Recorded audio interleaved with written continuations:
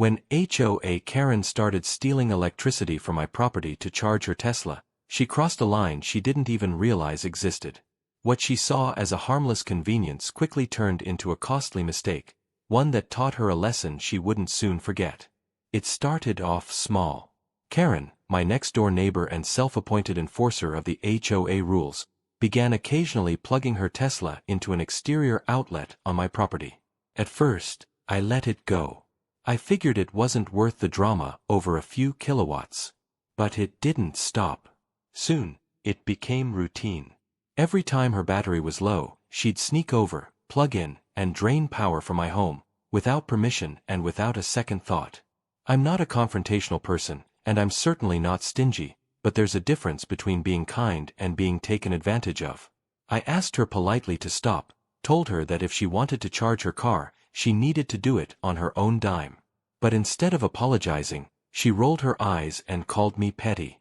Said I was overreacting, and that it was just a little electricity. That was the moment I realized she wasn't going to stop, and that she didn't respect me, my property, or basic boundaries. So, I decided to solve the problem in my own way. No need to involve the police or drag the HOA into it.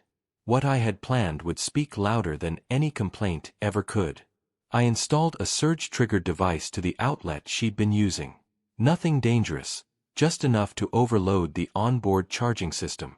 The next time she plugged in, I watched from my porch as the cable connected like usual.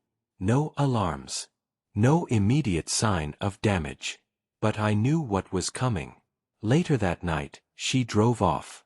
By morning, her Tesla was showing signs of battery failure. What had once been a fully charged vehicle was now throwing error messages and refusing to hold power. The damage wasn't cosmetic, it was deep, technical, and expensive. The next day, she stormed over, demanding to know if I had done something to her car. I simply told her, electricity, like respect, isn't free. That was the end of the conversation. She never tried to charge her Tesla from my outlet again. And just like that, I got the peace and the respect I had been asking for all along. Sometimes, the best lessons are the ones people teach themselves.